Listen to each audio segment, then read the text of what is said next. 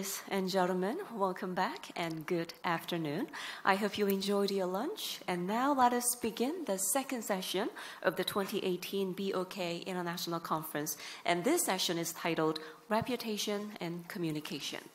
And session 2 will be moderated by Dr. Inseok Shin, who is currently serving as a member of the Monetary Policy Board at the Bank of Korea. And prior to joining the board, Dr. Shin was the president of the Korea Capital Market Institute, which is a leading think tank in Korea. And Dr. Shin also has extensive experiences working for various entities, including the Korea Development Institute and Shin University, just to name a few. So now let me hand over the microphone to Dr. Shin. Dr. Shin, the floor is yours. So please welcome him with a big hand. Thank you. Good afternoon. This is session 2, entitled as Reputation and Communication. We have two distinguished speakers and 2 discussants. Interestingly, we have 2 Michaels, actually. And first, Michael McMahon, professor at University of Oxford, and his paper is The Long-Run Information Effect of Central Bank Narrative, which will be discussed by Jan-Mark Berg from Netherlands. And second paper will be presented by Michael Ehrmann from European Central Bank, and his paper is titled as Starting from a Blank Page, which will be discussed by Junhan Kim from Bank of Korea. We will go basically as the same setting with the first session, which means 20 minutes for each presentation and also 10 minutes for each discussion. And I will also follow the kind of rules set by Professor Sazan, which means that I will not intervene unless time constraint is broken. Although I don't have any idea in case it broken what I should do. But anyway, I'll just let you know, when time is up. Okay, Michael McMahon.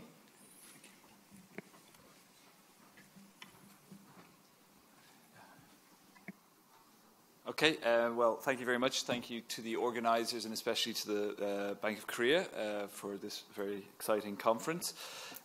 This is joint work with my colleague at Oxford, Stephen Hansen, and Matt Tong. Matt Tong is the editor of the Bank of England's inflation report, which is going to be sort of part of what I'm doing today. So the usual disclaimer applies that anything I say may or may not reflect the views of the Bank of England and their various committees. So this paper is about communication.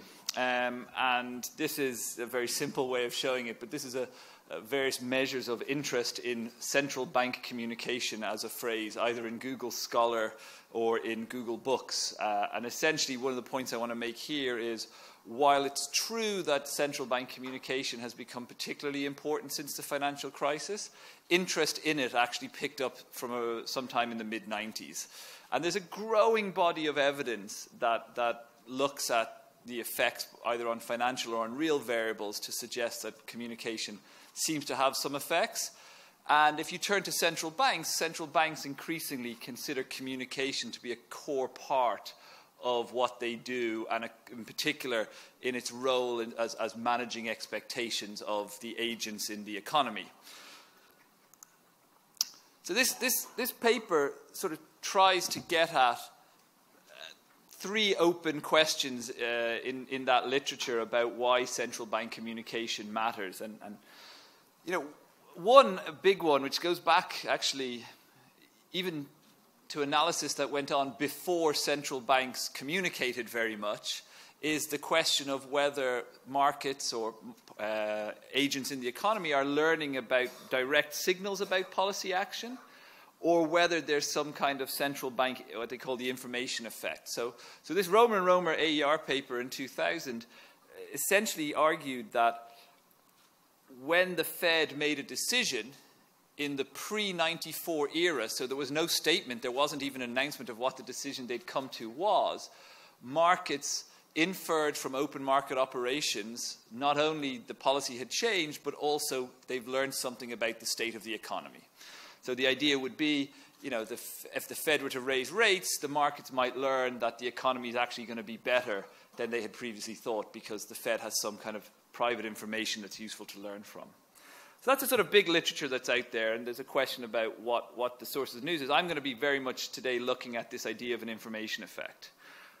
But more recently, there's been this issue that, perhaps puzzling, that monetary policy shocks tend to have quite persistent effects, effects that last way beyond even the most Keynesian person in terms of price stickiness. I mean, even if you think prices are sticky for 18 months, 2 years, findings are that monetary policy shocks identified with high-frequency data move long rates up to 5 and 10 years out. I mean, that's way beyond the most Keynesian. And Nakamura and Steinson have a recent or forthcoming QJE paper, maybe it's just out, where they argue that the reason is going back to this information effect, that people are learning something that's very persistent about the state of the economy. And a counter-argument is that actually it's not. It's all short-run news, but it somehow gets propagated between the short and the long end of the yield curve via some kind of market microstructure, and in particular these what Hansen and Stein call yield-oriented investors. And a sort of third question, which is really the corollary in this paper, although at one point it was the focus, so I apologize to Jan Mark for slightly switching focus on him, is whether or not it's words or numbers that matter. So sometimes when the literature focuses on the Fed, because the Fed doesn't release a forecast at very high frequency, people assume that words matter because you're extrapolating something about the forecast. Well, lots of other central banks release forecasts, the numbers of their forecast, and so there's a question of whether narrative matters on top of that, and that's sort of going to come along today as well. So this paper is about the Bank of England, and it's in particular about the inflation report. And I'm going to argue that the inflation report is really nice for studying issues of communication. The nicest thing about it is it's a macro signal. There's no policy on that day. The policy in our sample had all been decided a week before. So the Bank of England previously would make a policy decision and 6 days later would release the forecasts and the stories that drove that decision. And so in that sense, it's nice in knowing that the markets already know what the policy change has been, and now they just get the sort of macro information. And I'm going to show you that as a signal, it has news. It has news including on longer horizons, so there must be some persistent signal in it. And we're going to actually argue, and I think this is the main part of the paper now, we're going to argue that this is an information effect, but it's a slightly different information effect to that which has been emphasized in the literature. And in particular, it's an information effect that comes through, you might call it an uncertainty channel, but in some sense, it's the distributional information affecting market forecasts rather than the mean expectations channel that seems to be emphasized in most of the literature. And we're going to show this in a variety of ways. And I'm going to show that these signals come through both the quantitative forecast information which is released and also the words. And we're going to sort of give the quantitative forecast information the chance to do all of the work first, and then we're going to look at the sort of narrative, the text information on top of that. And what we find is that what you might think of as the traditional information effect, the sort of my belief about the average state of the economy next year or the year after, that has its biggest effects in the near term, so at the short end of the yield curve. But the effect of that sort of dies away as you go further out the yield curve. And as you go further out the yield curve, the relative role of the narrative, the text and the words grows, and that actually that narrative, what's really driving the longer end of the yield curve, are discussions about risks and uncertainties, particularly around the forecast. So that's sort of going to be the main point. Okay, I'm just going to come back to this slide at the end.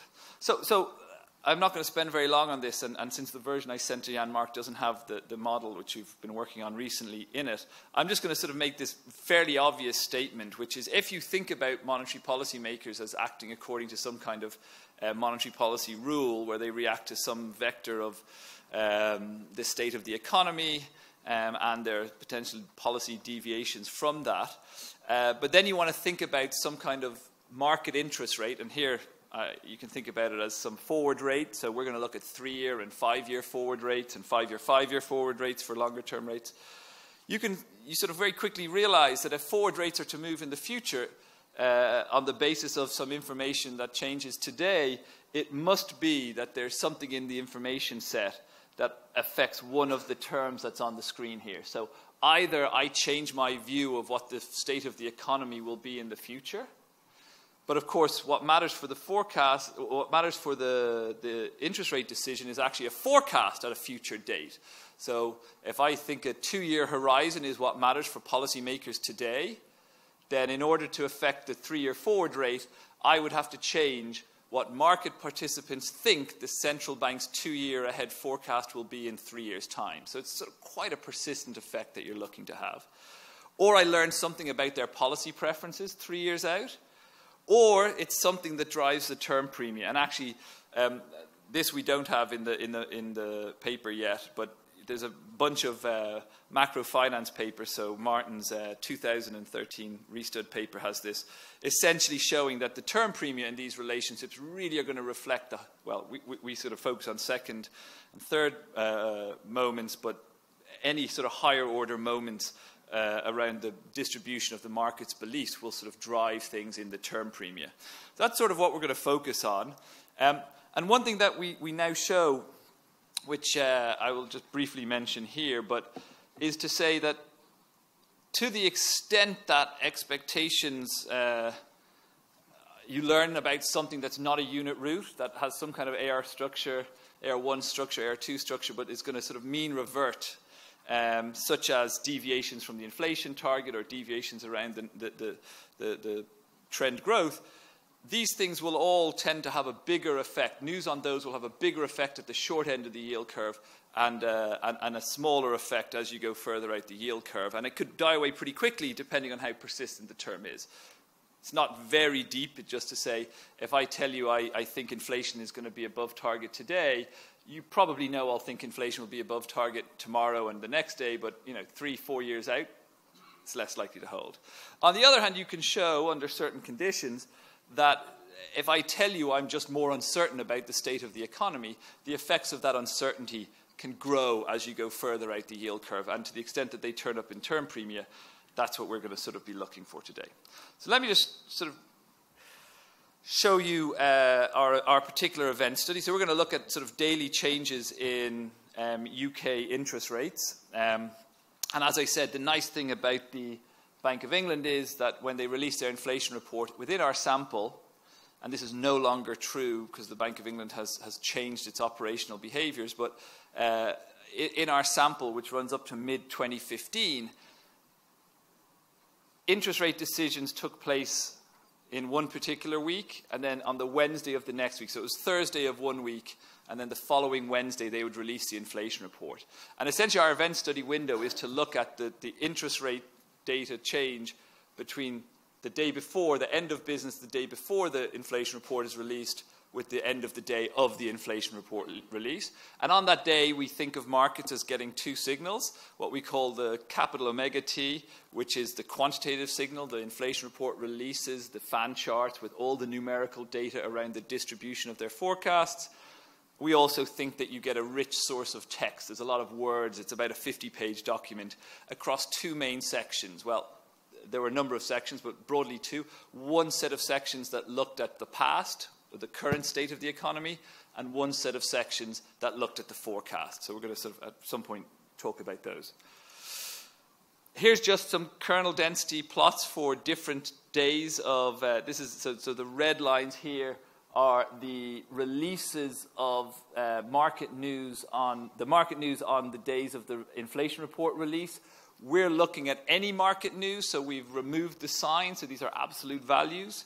You can see here also the days of the minutes releases, the actual decisions, speeches, and no official central bank communication days. And what you can see is that at least, and we can show this with regressions, that the inflation reports tend to have a market effect. In fact, this table just plots all the inflation reports across the 1 year spot. So this is the integral under the curve from 0 to 1 year, which we think of as short run. The 3 year and the 5 year forward rates, so these are the interest rates expected to pertain 3 years ahead and 5 years ahead. And then the 5 year forward, which you can think of as a long-term rate, the integral under the curve from 5 to 10 years. I mean, again, these numbers possibly don't look big, but an average inflation report day, about half of the inflation report days, give rise to a move of greater than 5 basis points. 5 basis points on a day for an interest rate is actually quite a big amount of news. And about a fifth of them give rise to news of more than 10 basis points. So we have a whole bunch of quantitative information, including mode, variance, and skew of the various forecasts. We can look at the differences from market expectations. We can look at changes from before. We can look at implied output gaps and various versions of its change. So what we're going to do in the first thing, this is a horrible table to look at, but I didn't have time 3 weeks ago when I had to submit the slides to pare it down as much as I wanted. The basic message here is if you look at the bottom row and you look at the R squared, the first two columns are for the 1 year spot. And you can see that including, the first column shows just variables about the means, about the mean expectations. And you can explain about 40% of the news in markets on the day with just the quantitative mean variables. If you then add the forecast distributional variables, you can explain a little bit more. It goes up to 56%, and the partial R squared is about 28%.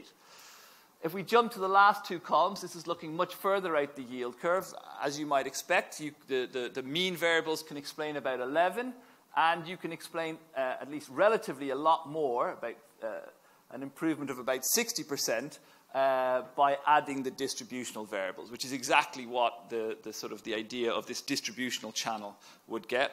I'm going to skip the next two. You can also show that those effects mainly come through, the distributional stuff comes through term premia, and the expectational stuff comes through the expectations channel.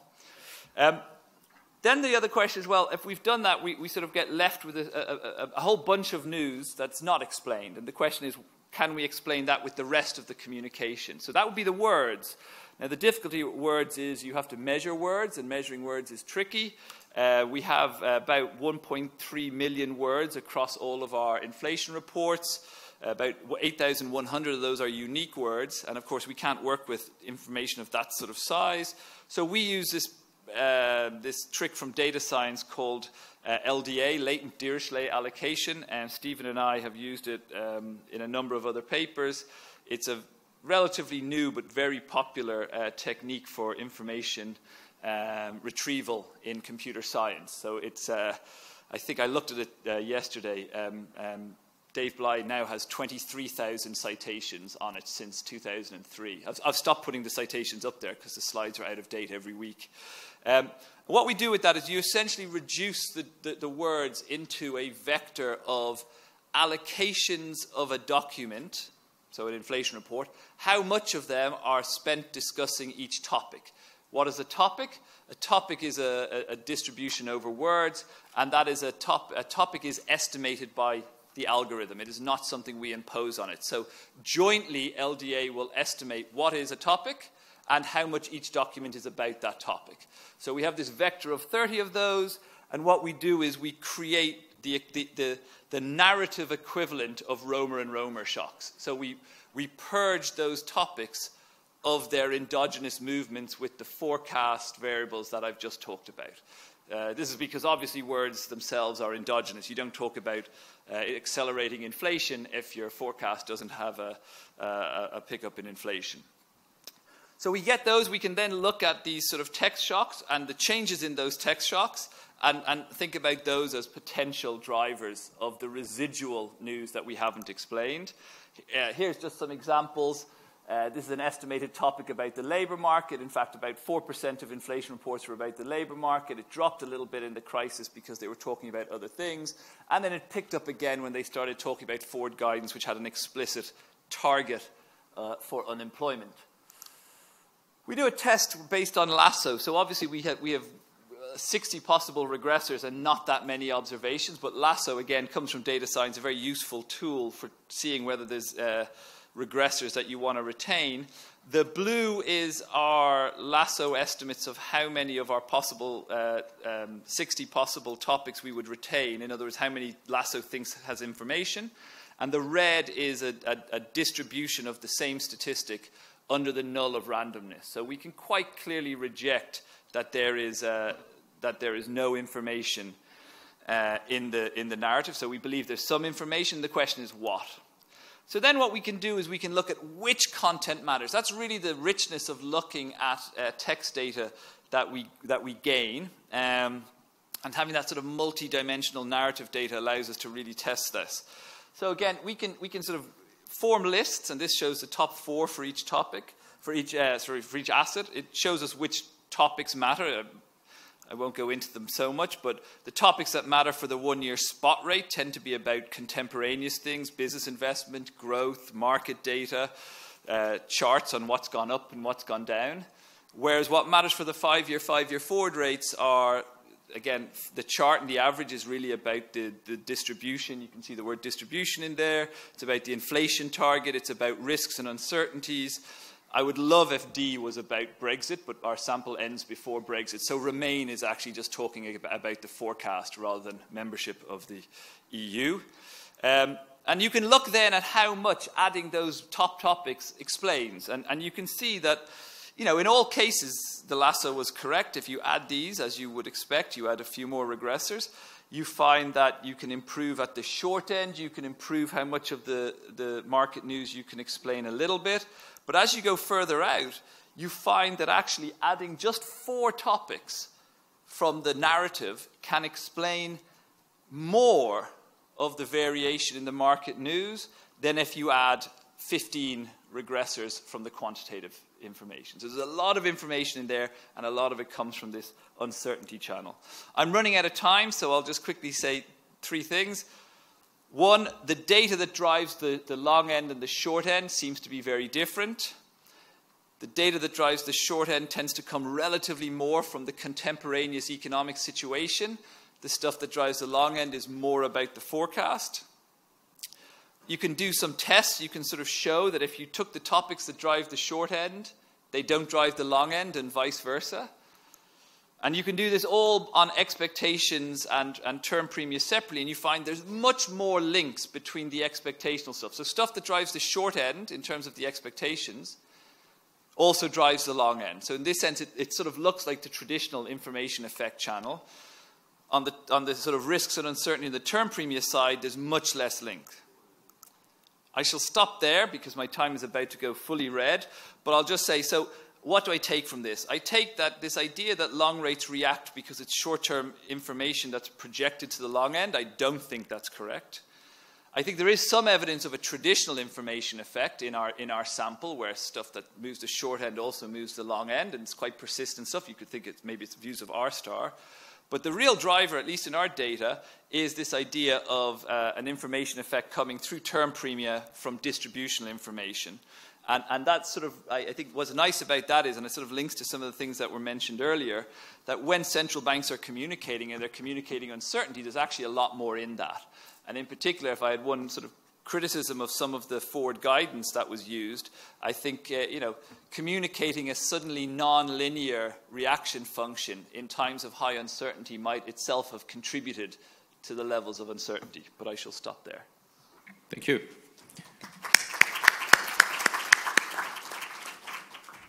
Discussion, Jan Markborg, please.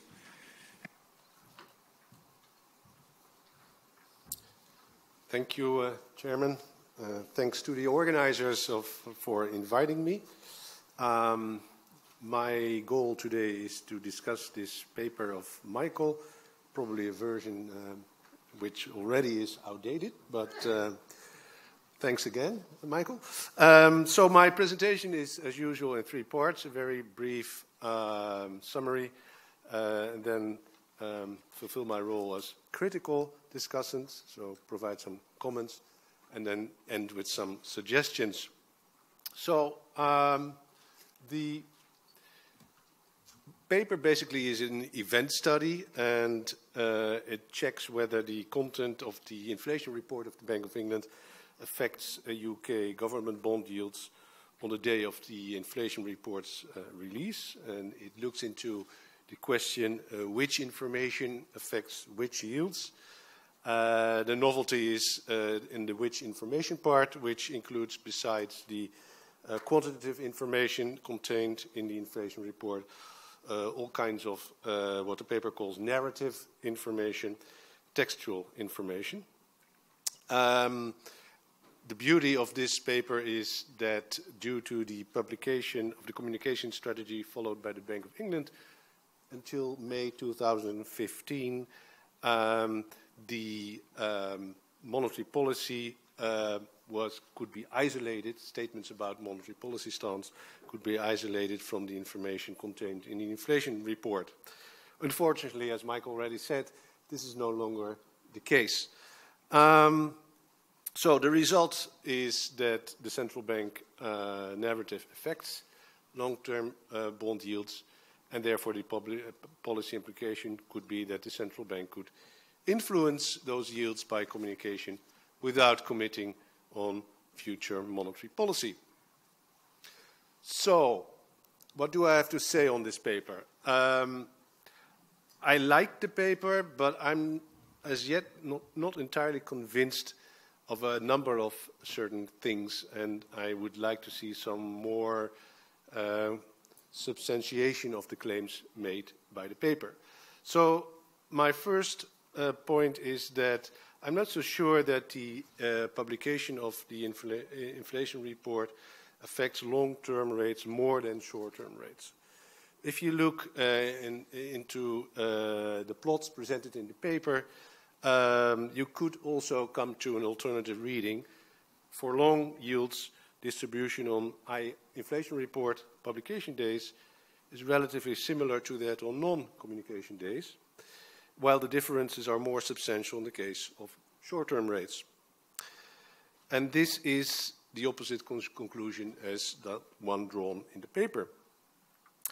The problem is also that the regressions of yield volatility on narrative as well as on forecast information use different selection criteria for both types of variables. So he showed you for the narrative the top 4 topics, but for forecast he includes a broad range of variables. So, and he finds a lack of statistical significance of those forecast variables. But this lack of significance could be due to an inclusion of a large number of correlated variables. Put differently, I'm not sure that both competing sources of information are treated on an equal footing.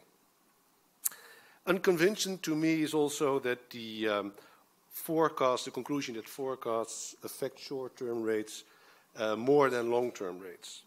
This interpretation is based on an unadjusted R-squared from regression with many variables. None of those variables appears to be individual significant. And so my point is, can you learn anything from those regressions? Another point I want to make is that is the quantitative information from the forecasts really available to readers of the inflation report? For example, if you look at the fan charts, you have to be able to compute mode, variance, skewness, so you would need the cross-sectional distribution. And I'm not so sure that readers who see the graphs actually all have this information available to them. A final point I want to make on this slide is that for me it's from the economic perspective not clear why forecast charts, say the quantitative information, and the narrative information would have different effects. So different readers of the inflation report may focus on different types of information. And text other than on inflation and output is also accompanied by charts. So the information for these other inflation report charts is not included in the analysis. So the measured effects of text is likely also to reflect the effect of, for example, whether or not the text is accompanied by a chart or not. So I would also need some assurance that the conclusion that text shocks can be used as a policy tool is warranted. The paper makes the comparison with the Romer and Romer monetary policy shocks, but those shocks are signed, and the text shocks are unsigns. So basically these text shocks relate to how much space the inflation report allocates to a particular topic, irrespective of whether it regards a worsening or an improvement in financial monetary conditions. So, an alternative point, there's no convincing rejection of mechanisms that move both the short and the long run yields, such as arbitrage or expectations of persistence variables. So, the report's results leave open the possibility that items among the top factors for long run rates also matter to some extent for short-term rates, and vice versa. So, what would be my suggestions? First, and I think this is the most important suggestion, is on policy. Perhaps the policy implication is not that the central bank should use text to move yields, but that it should take the effects of text on yields into account when making its monetary policy decisions. For example, the discussion by the central bank itself, the discussion of risks, may be raising term premia. Therefore, when the central bank highlights risks, there may be more need to signal commitment to keep policy rates lower for a longer time, so as to lower expected future short-term interest rates. For this, of course, to be interesting, the paper should pinpoint the size of the effects of central bank communication. Other suggestions more or less follow from my previous remarks. For example, take into account for the effect of yield volatility on non-inflation report publications, and this is motivated by medium-run fluctuations in yield volatility depicted in his figures 2. I would also applaud a more parsimonious approach to regressions and use inference using individual and joint statistical significance, at least use adjusted R-squares. I would also suggest, if you do the regressions of yield volatility on narrative and forecast information, place both types of information on an equal footing in terms of the approach to select the included variables. Relating to forecast information, for some variables, the paper defines news as the difference between central bank and private forecasts. But for other variables, the paper defines news as the change in the forecast. My suggestion would be use a consistent measure of news. Finally, the text shocks. As I said earlier, Romer and Romer construct monetary policy shocks as the residual of the regression of the monetary policy rate on output and inflation, presumably because this policy rate responds to these variables. So, analogically, similarly, the topic shares the paper uses should be regressed on, for example, information from the charts that these parts of the text pertain to. So, with my remaining 2 seconds, I applaud the authors for a very nice paper, but I would like to see some reassurance of the results presented in the paper. Thank you. Thank you. Okay, we move to the second paper, Dr. Michael Ehrmann. Okay, thank you very much. Thanks for having me at this conference. It's a pleasure to be here today. Michael set this up very nicely, so I want to basically continue along the same lines. In this paper, we're going to be looking at how central banks draft their policy statements and how financial markets react to these policy statements. And we're going to be using the Bank of Canada as a case study here for reasons that should become fairly obvious in a minute. Joint work with Jonathan Talmy, and obviously the usual disclaimer applies here, so these are my own personal views and not those of the ECB or the Eurosystem. So what do I mean by policy statements? So most central banks nowadays, whenever they take a policy decision, they would more or less immediately release the decision, and they would typically also release a statement that explains what decision has been taken, why the decision has been taken, and often also give an outlook of how they see the future evolution of the monetary policy stance. And it turns out that central banks more and more commonly use a particular approach to doing this.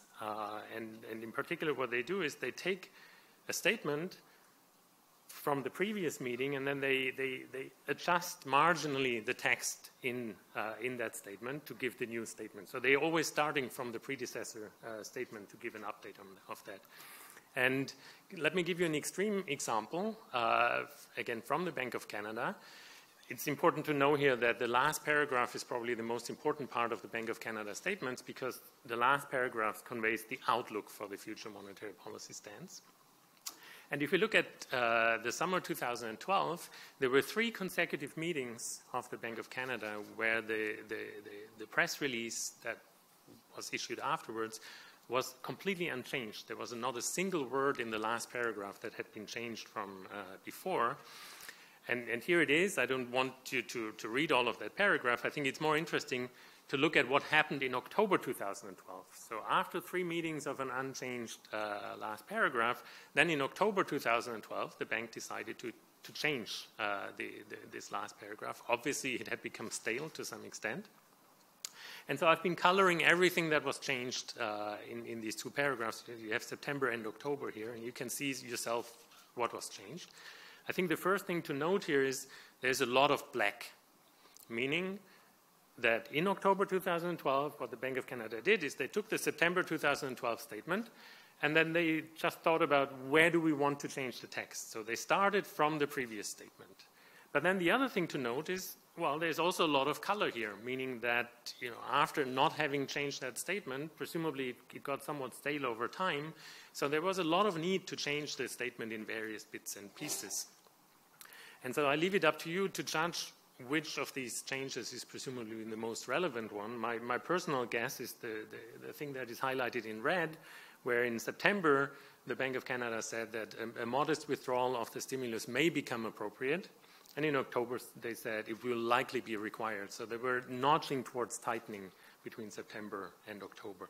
But there's a lot of new information here, especially after not having been presented with any new information for the previous meetings. So we were intrigued by this and wanted to sort of understand what does this do to financial markets.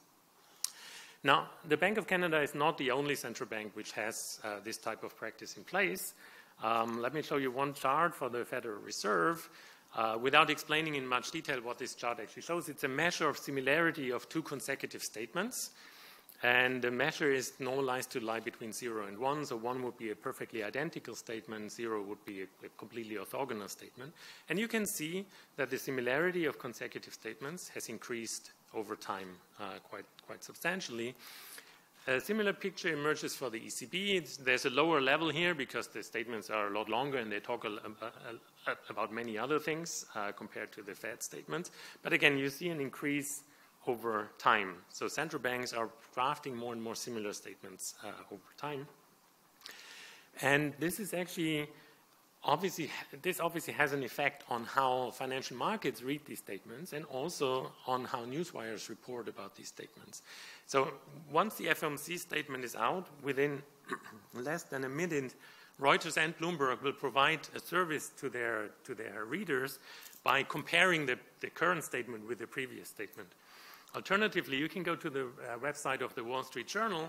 They have a service offered to you, which is the Fed Statement Tracker, where you can enter any 2 dates of FOMC statements, and you're going to be confronted with a track changes comparison, which compares, again, the textual changes between 2 FOMC statements. And so what this implies effectively is that what is relevant to markets is not the text itself, it's the delta, it's the change in the text. And you might wonder, why do central banks do this? Well, there could be an argument in favor of doing this. It's probably much easier to understand the differences. You keep everything stable, but then you only change 1 word. Well, everyone will realize this is where the attention is, and I need to focus on that particular word. So that should be easy for markets to digest.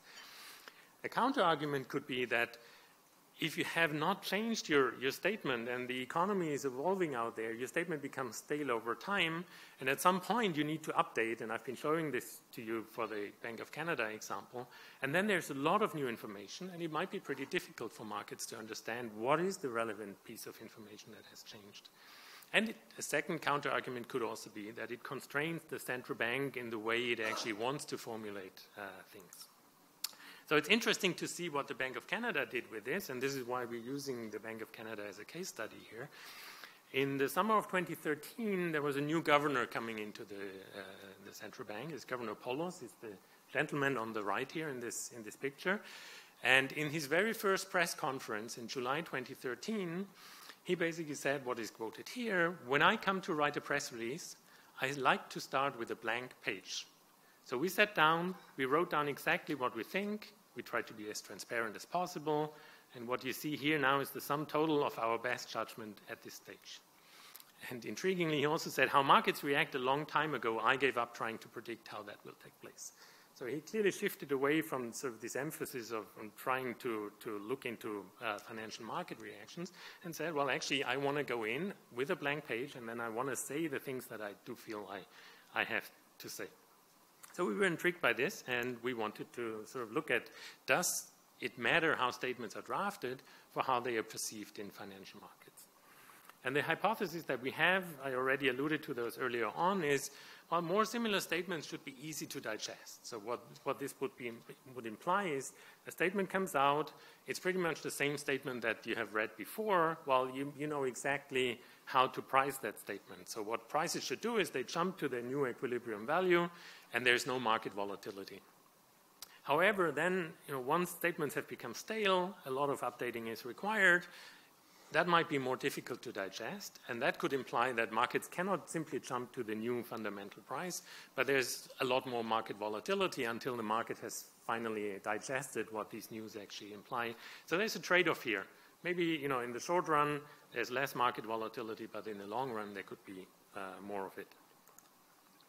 So we're testing this for the case of the Bank of Canada for the obvious reason. There's been substantial changes in drafting, but also Canada is one of the advanced economies which were least affected by the global financial crisis, so they haven't resorted much to unconventional monetary policies, meaning that the statements are pretty consistent over time. We have a sample from 2001 to 2015, so there's 110 statement releases, and we're going to be looking at the reactiveness of one-year government bond yields by using an eGarch model, which I'll explain to you in more detail a little bit later. So one thing we need to do, first of all, is control for the surprise component in the monetary policy decision and for the news content in the Bank of Canada statements.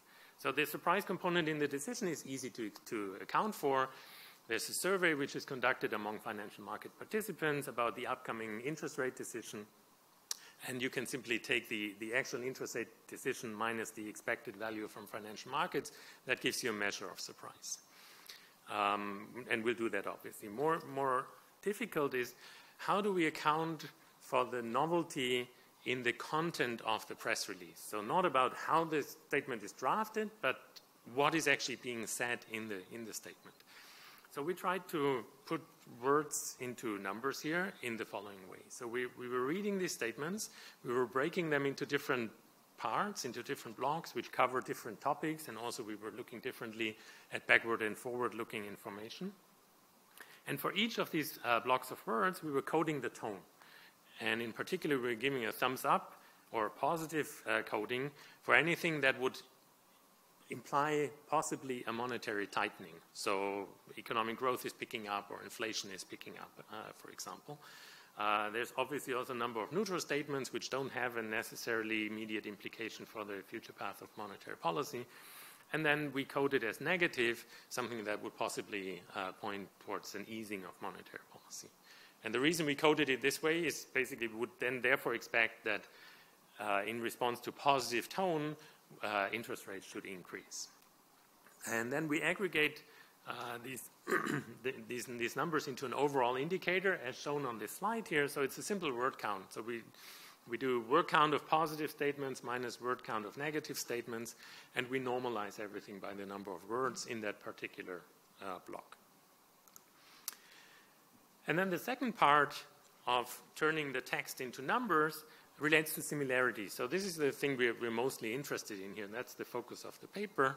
We need a measure of how similar are these two statements. And we're following a paper by Acosta and Mead, which used this for the FOMC. And again, it's a very simple measure. It just takes each and every word that we have in the entire body of words of the Bank of Canada statements, and it calculates the frequency of this word in a statement tau, and it also calculates the frequency of that word in the subsequent statement tau star. It multiplies these two.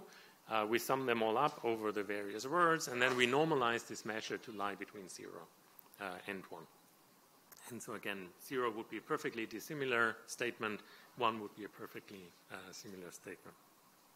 Important to know here, that similarity measure does not depend on the order of the words in the text.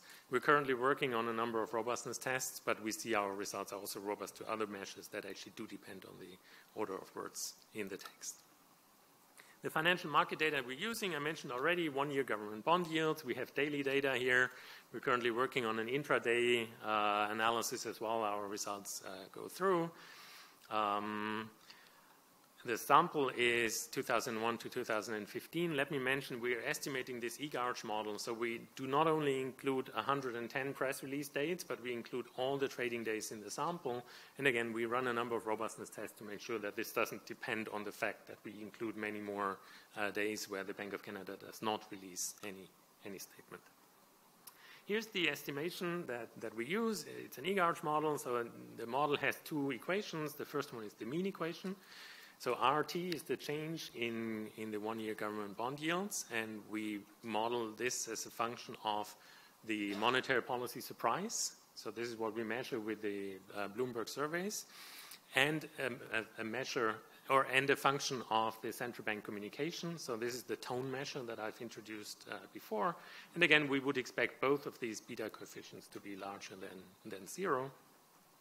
And so basically with this equation, we allow government bond yields to adjust to the central bank decision and communication by basically jumping up or down to the new equilibrium value. But there's going to be some residual, and then we model the residual variance. So this is basically a conditional variance once we have controlled for the jumps in the mean of the series. With the usual eGarch terms in the first line here, but then we also include the absolute surprise of the decision, because more surprising decisions might be harder for markets to understand, and we also include our similarity measure. And again, our hypothesis was that more similarity should lead to less volatility, so we would expect a negative coefficient here. So let's look a little bit in at the data here. So this is now the similarity measures for the Bank of Canada. You've seen those for the Fed and the ECB before. You see again, that there's been sort of a big increase over time following the global financial crisis, but you also see a substantial drop effectively here. And so this is the summer of 2013, and so this is when the new governor comes in and changes the way the Bank of Canada drafts the statement. So there's a drop down, and then there's stable, relatively lower level of similarity. And you see this in particular if you look at the last paragraphs. So there have been a number of last paragraphs around 2012, and these are the examples I've been giving before, where the paragraphs are identical. And then basically you see this instance here is the first press conference of the incoming governor, and you see that the last paragraph also shows much less similarity than before. So now let's look at the regression results. The first column here gives you just the standard type of model that would be typically estimated in this announcement effect literature. So in the mean equation, you just allow for the surprise component of the monetary policy decision, and you see there's roughly a 1-to-1 reaction. So if there's a 25 basis point surprise tightening, one-year government bond yields would increase by 25 basis points. You also see that relatively more surprising decisions lead to more volatility in financial markets, as we would effectively expect. Now, the second column enhances this model now with our textual variables. So we also see that if there's a relatively more hawkish tone in the statement, then one-year government bond yields actually increase. So this is in line with our hypothesis. But again, the focus of the paper really is on the similarity coefficient here. And we do find in line with what we had expected that more similar statements are easier to digest for financial markets, and so they actually lead to relatively less conditional volatility. And that coefficient is economically actually very sizable. Now, I mentioned that the most relevant part to look at for the Bank of Canada statements is the last paragraph. So what we do on this slide here is we repeat the benchmark regression, which we've just seen before, and then we run the same regression, but only including the information on the last paragraph, and you see that these results basically go through. And then in the last column, we sort of try to test for our second hypothesis here, which basically now includes a dummy variable and an interaction term. So what is this dummy variable? Basically, we define it to be equal to 1 for the 33% most similar statements in our sample. So clearly, they include those statements which were completely unchanged, but they also allow for relatively similar statements. And then we interact that dummy variable with the similarity measure. And let me quickly go back to the chart that I've been showing before. So one interesting thing to note is that if you have instances where the last paragraph is completely unchanged, you also see that the subsequent statement has a very low similarity measure. So very often in these instances, the subsequent adjustment is really big because, of course, the content of the information of the statement gets stale over time, so a lot of adjustment is required. And it's these type of instances we want to capture with that regression. And so what do we find here? Well, in order to understand what happens in these instances, you basically need to add up these two coefficients. So we have in normal times, we have a sensitivity of minus 0.5, but in times when we've had very similar statements and then the subsequent statement changes, we actually have a response coefficient of minus 2. So it's basically fourfold as large. So there's a lot of sensitivity to how the statement is drafted in these instances. Now, another exercise one can do, of course, is basically just compare the two governors. So similarity was an important part of the statements under Governor Carney. And then, of course, there's the blank page regime under Governor Polos. So again, we do the same thing here. We just introduce an interaction term. And so the coefficient of minus 1.4 tells you that markets were highly sensitive to the drafting of statements under Governor Carney. To understand what happens under the regime of Governor Polos, you need to add up these two coefficients, and so you see that effectively markets are no longer sensitive to the way the statement is drafted under the blank page regime. Then we do a lot of robustness tests, and we're currently sort of expanding the list. Let me just skip over those. So just to mention that we've estimated very parsimonious models because these EGARCH models tend to be sort of difficult in terms of conversions. So we tried to exclude many possible alternative variables that one could include here. So adding them doesn't really change our results. Like, for example, there's a lot of macroeconomic news that get released. We're currently also working in including the speeches that the Bank of Canada Governing Council members give to the public. So none of these actually changes our results. And so let me basically conclude. I didn't really talk much about the first bullet point here, but this question on starting from a blank page, which is the focus of the paper, we find that less similar statements are associated with larger volatility, or to put it the other way around, if you actually have highly similar statements, there's less conditional volatility in financial markets. But then there's possibly a trade-off here, because volatility then actually increases substantially if after highly similar statements, there are dissimilar statements issued by the central bank, and market sensitivity to similarity vanishes under the blank page regime. And of course, there's a number of caveats. One thing I haven't really talked about is, is volatility always undesirable? We sort of always argue that less volatility is a good thing. So this is something that the central bank wants to keep in mind here. And we haven't also really looked at whether or not this way of drafting statements actually makes the central bank more able to say things in an unconstrained fashion. Thank you very much.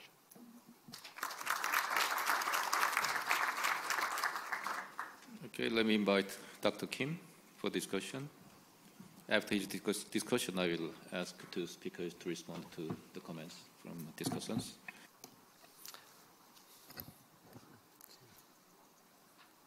Thank you. My name is Junhan Kim. I work here at the Bank of Korea. It's my great pleasure to be here, and I enjoy greatly reading this paper. First,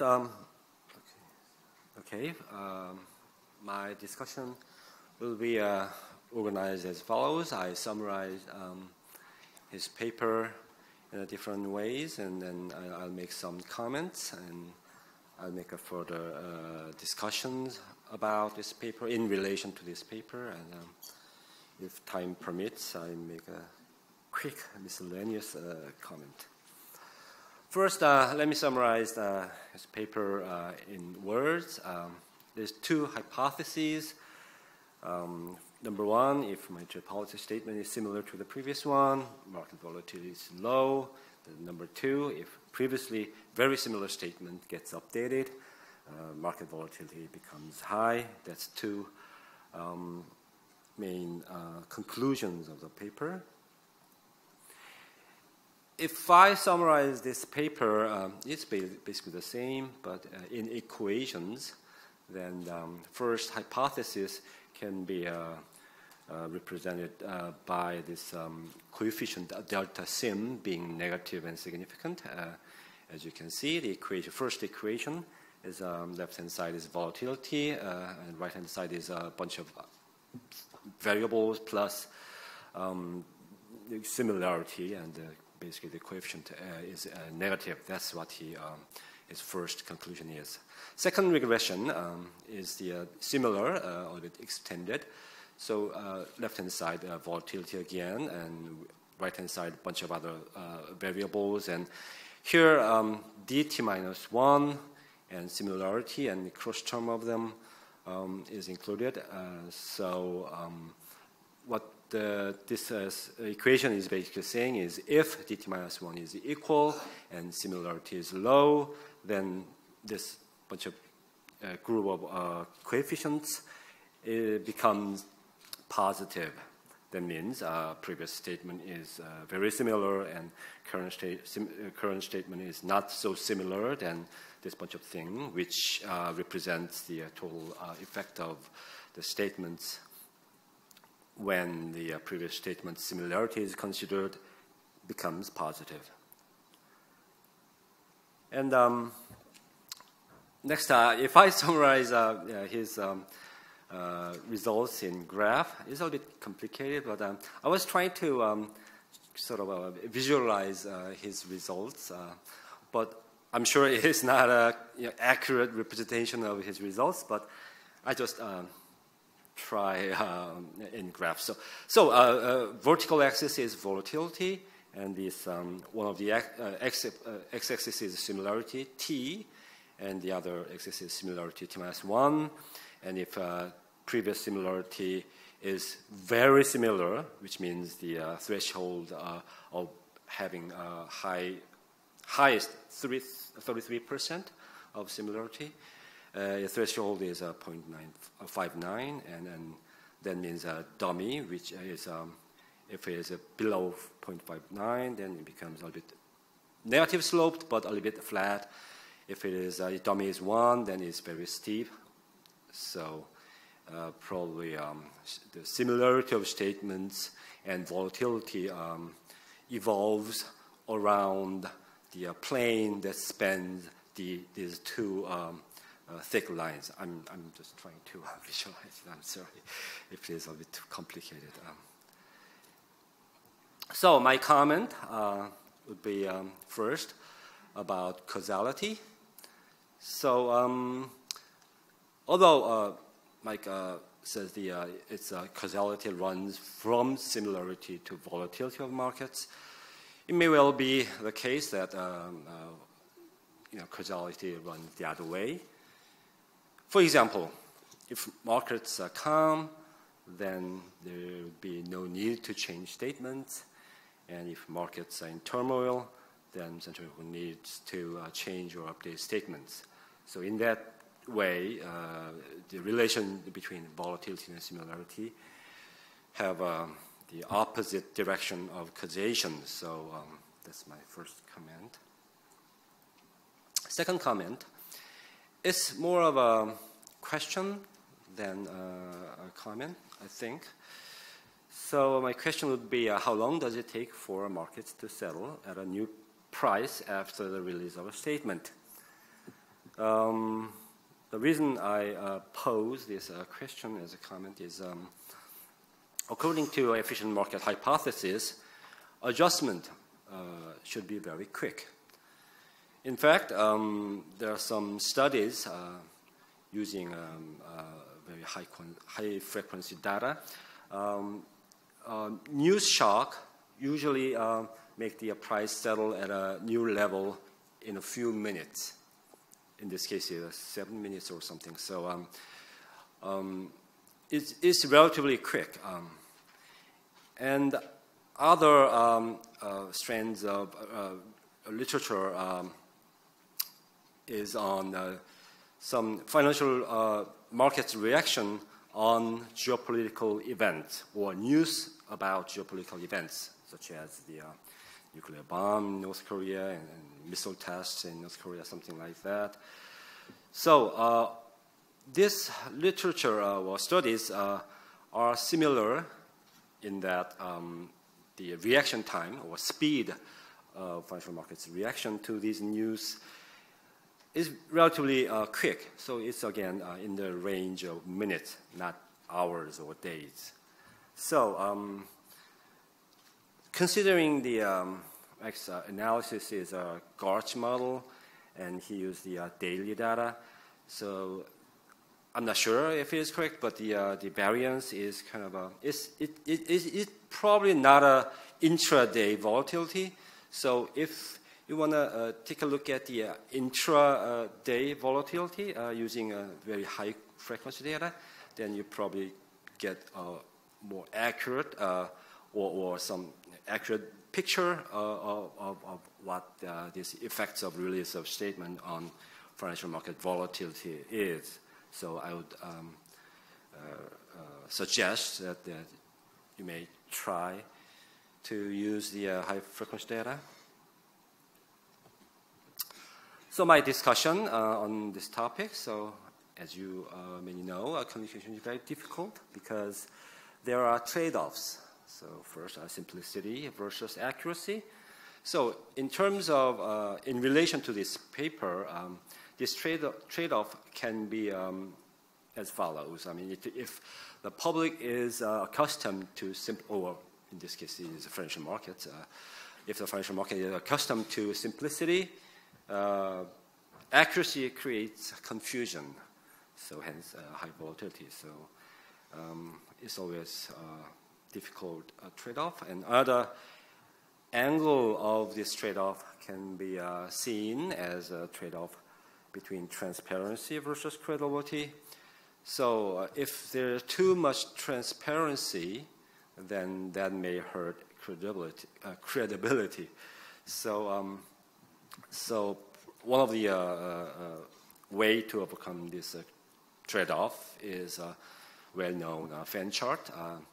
It's basically, it's not about what the central bank knows, but it's about what central bank does not know. So it's kind of that kind of honesty can overcome this dilemma. So communication, in this sense, is a management of expectation. So in relation to this paper, when a statement is expected to be similar, but instead it is updated, then the public is confused and high volatility. So that's what I'm that's what I mean by communication is management of expectations. So in another angle, in terms of management of expectation, in spirit of Morris and Shin, communication is important, maybe important not because everyone actually believes what central bank says, but because everyone thinks other might believe central bank. So in kind of this kind of a high order expectation thing, so decisions on simplicity or communication in general should depend on, first, how accurate the information is, of course, and second, if there exists an irrational behavior such as herding in financial markets, which create this kind of a high order expectation thing, and how credible monetary policy already is. So this kind of thing should be considered when you devise a strategy of central bank communication. My time is up, so I'll stop here. Thank you. Thank you. Okay, that closes the designated discussions. Let me ask Professor McMahon to react. Okay. Thanks to Jan Mark for his comments. I will pick a few to respond to. I think some of the things you think I claimed, I don't think I wanted to claim, so I have to go back and check a few of those. It's certainly clear that communication of all sorts explains much more at the short end. I guess my interest is more at the long end because I think that's where central banks tend to want to get some leverage over yields. But I'll certainly go back and check what we were claiming in the text. It's true on the data. There's a few things that I wanted to clear up. The fan charts data is published. It's both in the text, the exact as a table of the effects, but also for anybody who's particularly sad enough to be interested in it, you can go to the Bank of England's website and you can download a spreadsheet of every single mean, mode, variance, skew at each horizon over each forecast, and that's published at the exact same time as the inflation report. So to the extent that nothing has to be eyeball extracted. When we thought about which forecast variables to include, and I think this possibly reflects what our earlier focus of the paper was, we did include all of them because we were focusing on the effects of the narrative. I think we've switched focus a little bit, and so I think we could definitely go back and check which of those to include. But what I would say is, in some sense, it's right, we're including all of them, and lots of them are not individually significant, but they are also highly correlated, so I wouldn't look into individual significance as anything particularly important or exciting. It would be lovely to define all the market shocks consistently, but we don't actually have market shocks on the variance and the skew, which is why we include the changes from last time. But we also do that for some of the mean variables as well. So we sort of try to do it that way, but that's just pure data limitations. We just don't have access to market expectations on the distributions. Using adjusted R, we can do the adjusted R-squares. Given most of the comparisons we do are across the columns of the regressions, in each case, we're including the same number of observations and the same number of regressors across asset classes at least. So the adjusted R-square will scale the numbers, but it won't change the relative value of those. And signing the news. Signing the news is, it's true. The text shocks, and in particular the technique we use, LDA, does not have, at least does not guarantee to have any particular sign attributed to a topic. So you can have a topic that's about inflation, and you could be talking about inflation being really high or inflation being really low, and it would still be about inflation. It turns out some of the LDA topics do have a directional implication, but if ever that's the case, it's purely by accident. And data science is much better at figuring out what something is about than how we are talking about it. So our ability to measure sentiment or tone is much less advanced than our ability to measure content or topic.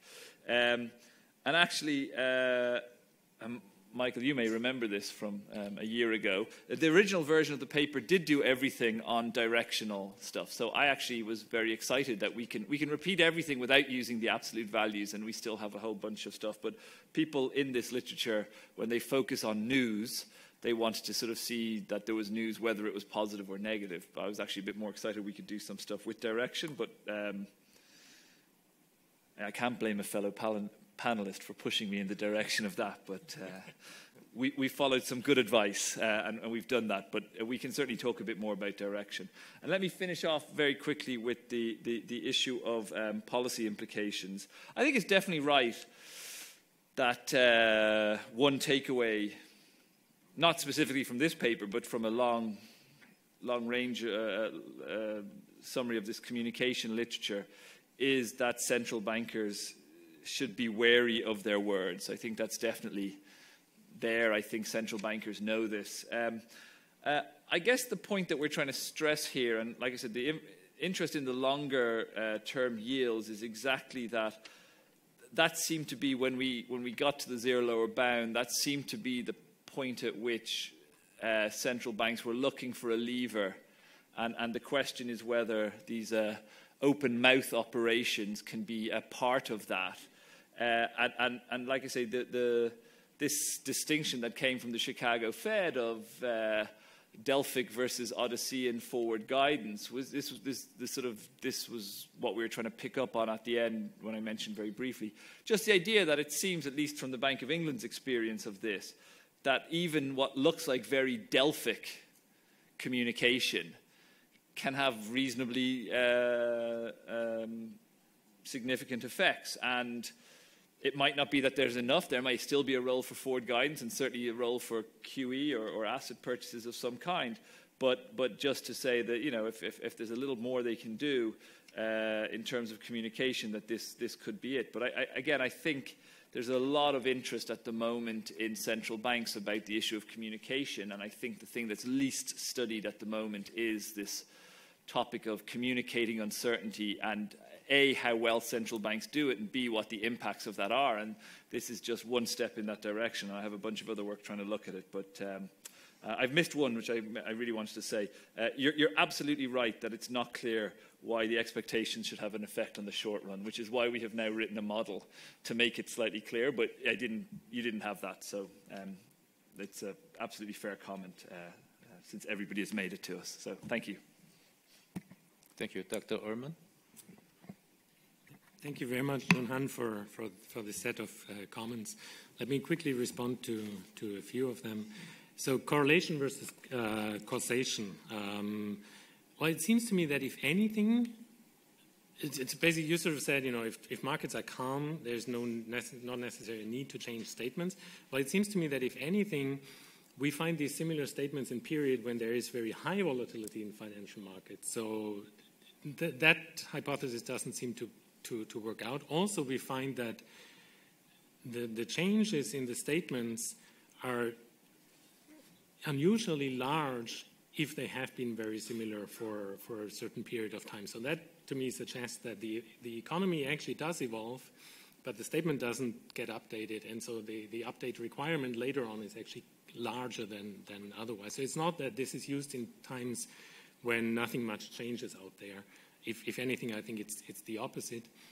And actually, we can control for this, right? So we can obviously have control variables which look at the previous market volatility, and our results basically go through there. The second question was about how long does it actually take, and can we do this with a daily data set? I just want to stress that there's a lot of literature out there which uses very similar models using daily data, the effects of monetary policy. And the first type of results I've been showing, that the surprise affects the mean and the absolute surprise affects the volatility, is a standard result in that literature. So you know, we're not doing any worse than those. But having said that, we have now gotten access to an intraday data set, and so we're doing this right now. And I can happily tell you that our results go through also with the intraday data. So we can use a measure of intraday realized volatility and then can look at the exact time windows that are required for markets to take this on, and our results go through there. On the last point I want to take up is the various trade-offs that the policymakers face here.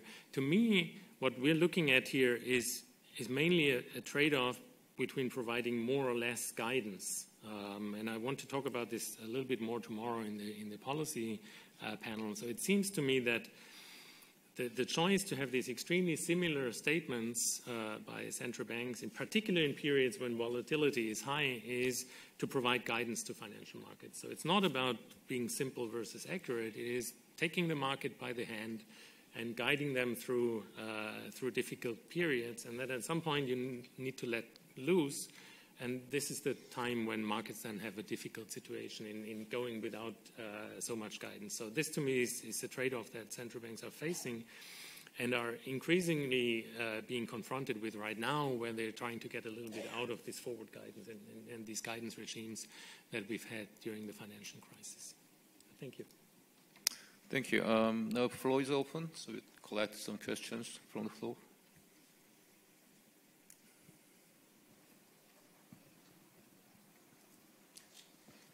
So what's fascinating to me about this analysis of both papers is the interaction with credibility, and in particular the possibility that the effectiveness of playing with these statements is going to be highest the less central banks are trying to use them for strategic motives. And so one of the insights from the literature on cheap talk is that the more there is conflict between the principal and the agent, in this case the central bank and the private sector, the coarser the information that you can communicate. And I was wondering whether you thought whether this has something to do with the fact that, say, central banks in the 70s and the 80s were a lot more opaque, and they're now much more transparent, partly because they've acquired a reputation for doing good policy, but also for not using these statements in a strategic fashion.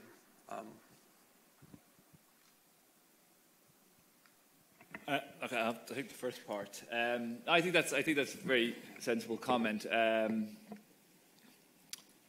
I think one thing, and this is where actually I'm going to compliment Mike's paper. It was one of the effects of, I think, what you're talking about is exactly that most central banks don't change very much. So it's good for me that the inflation report hasn't changed very much in structure. Of course, the words change, go in differently every month. But at a broader level, I think there's definitely a chance that in terms of communication, the Bank of England and many other central banks have gotten into some kind of bad equilibrium. Namely, they don't put too much, they restrain or they choose very carefully what words they're going to put in because they're worried that the market will react to one aberrant word, and because of that, markets know that they've thought very carefully about what words have gone out, so they look at every single word, which is what made the blank page experiment quite dangerous. One thing about the inflation report is it's mostly written by the staff, actually. Now, it reflects a forecast that's approved by the Bank of England MPC, but it is written and edited by the staff. I don't know if that means they're any less subject to these strategic interactions, but the type of content that they've been putting in it has been the same since it first started in 1993, which is even before they were independent. So it's a relatively consistent thing. Whether it's consistent at too low a level of detail, I'm not sure I can answer that. Maybe add a little bit to this. So I mean, in principle, I fully agree with what you said. It's much easier to have frank talk if you actually have sort of a history of good reputation or of reputation for good policy.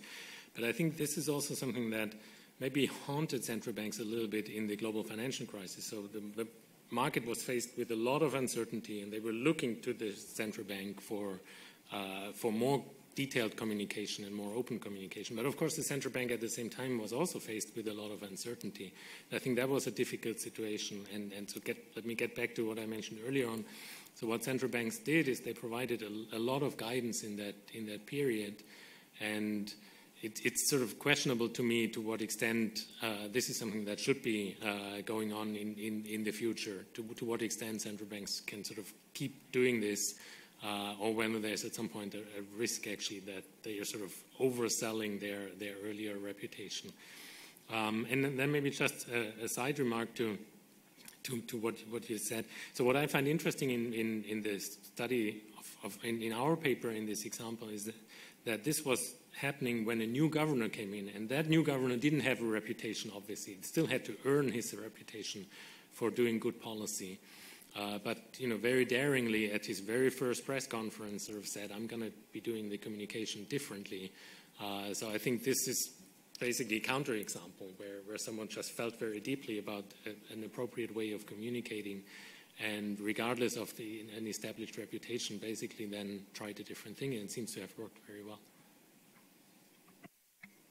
Yes, Sajan. So this is kind of a follow-up to some of your remarks and what Marco Bassetto said. So if you look at the theory of credibility or sustainable plans, say of Stokey and Chari and Keogh and other people, there's something peculiar about the theory that Alan Blinder actually picked up on in a really interesting way in his book on the art and science of central banking after he was vice chairman. So it goes like this. If you stare at that theory carefully, there's a monetary policy rule that has another name. It's the private sector's forecasting rule of what the government's of what the bank's going to do. So those two things are identical. So what's constraining what? So Alan Blinder comes in. Alan Blinder has this section late in his book. He said, we'd come into a meeting, and it was time to decide something, and behind closed doors people would say, the market's expecting us to do this, and we can't disappoint the market because we're going to get in all sorts of trouble.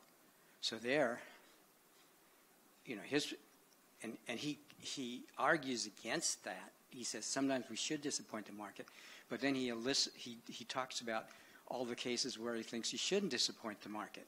So he's wrestling with the identity of these two objects. They're not really. So your remark about, that there might be unusual times when, but your remark about the financial crisis, hit this off, because that might be a time when kind of nobody, financial crisis here, forget reputation. You thought you're never going to get in a situation. You start anyway. So that's not a question. It's kind of a dumb comment. So. Still, you want to? Okay.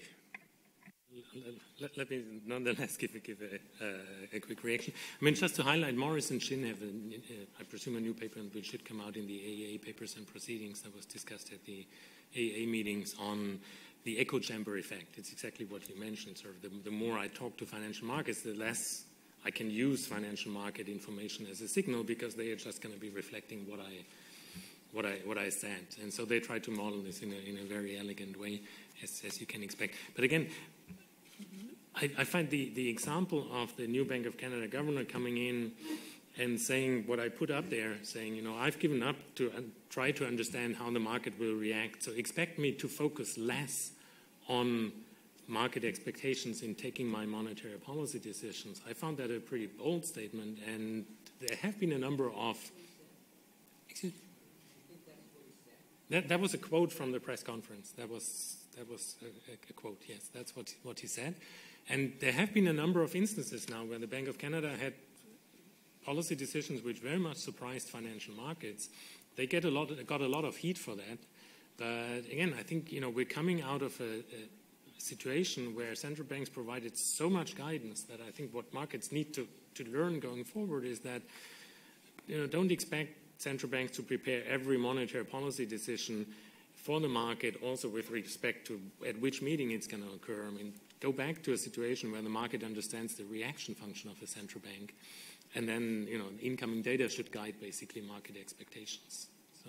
So to me, this is sort of the way where central banks are going to be heading going forward.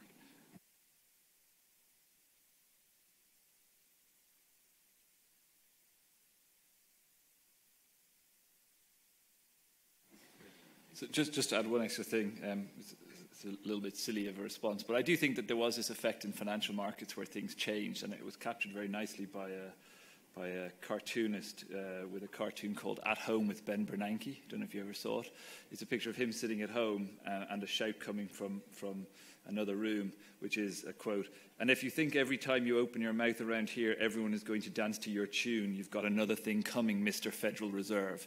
So I think there was that switch where, you know, central banks in the 90s were very worried about what they did and you know, that upsetting markets. I think there was a time when the markets were really looking to central banks for the guidance, and people had to step up. And that's one of the reasons why I stressed at the start. Central banks have been thinking about communication, and the academic literature has been thinking about communication since long before the financial crisis. But I think it really came to the fore when central banks had to take the lead in that role. Okay, I think we can take one. Yes.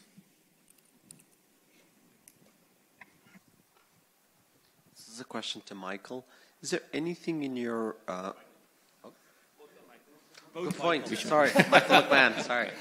I'm sorry. No. Is there anything in your results that says that the information that's being revealed through all the different channels you express is really about the economy as opposed to what the central bank wants to do? That is, going back, for instance, to the session before on permanent versus transitory versus what I do about money growth or not. Aren't those all consistent with what you're finding? With the central banks actually communicating just about what it is going to do independently, not independently, which could be correlated with the economy. That's important because then it would move term premium as well. No, so I think that's right. Actually, an earlier version of, a longer version of this talk goes into a lot of detail about the fact that when we first started doing this, I was really excited because I thought we had a pure macro signal, right? And this is the challenge. This is is it preferences? Is it state of the economy that communication is communicating? And I thought we have one where we have it, but we have just the macro signal, just the economic situation. But of course, you're right that if I tell you what the interest rate, if I've already set the interest rate and then I tell you what I think the state of the economy is, you might learn something about my preferences exactly from that. All I can say is that no, we can't hand on heart say it's definitely just the state of the economy and I've learned anything about preferences. What we can do, and I didn't show it here, but what we can do is sort of show how much of measured what we think of as the sort of equivalent of the Romer shocks for the UK from James Cloyne's work, how much of those we can explain, and you can explain a little bit, but they're very, very transient actually. So it may be we're learning something that's very persistent, and it could be in at least one of Martin's ways earlier, it could be an inflation target type thing we're learning about. But again, in the UK, that's not so obvious, given they've had a consistent inflation target for 20 years. It could be something about R-star, but then the question is, why am I learning more about R-star further out than near term? And so that persistent R-star would look like what I would call expectations. It could be that I learned that a future governor is going to be much more variable in their behavior, but I'm not sure that's as credible. So all I can say is that the information that drives whatever I'm learning about is stuff about the forecast, and particularly about the uncertainty around that forecast. I can't go further than that, but I think, you know, it's Occam's razor, or, you know, you need a pretty convoluted story to go too far beyond that. But no is the answer. Okay, so one, is there like a quick question? Then we can maybe be able to, yes. Oh.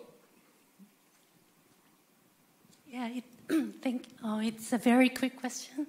So this question is also for Michael McMahon. And okay. I think the thought about the distributional effects on the information effects on the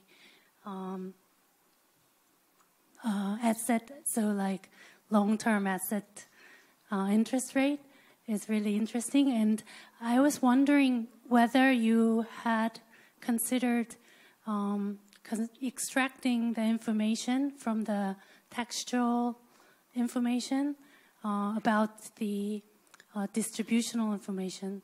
Let's say, for example, in the slides you gave us, there's a group of terms that explains the uncertainty and risk that affects long-term asset interest rate more, and there's a decline and fall in a group of terms that can explain shorter run asset interest rate. So have you ever thought about that, the direction of analysis? Can you be brief? Yeah, I'll be super brief. Yes. We think about that a lot.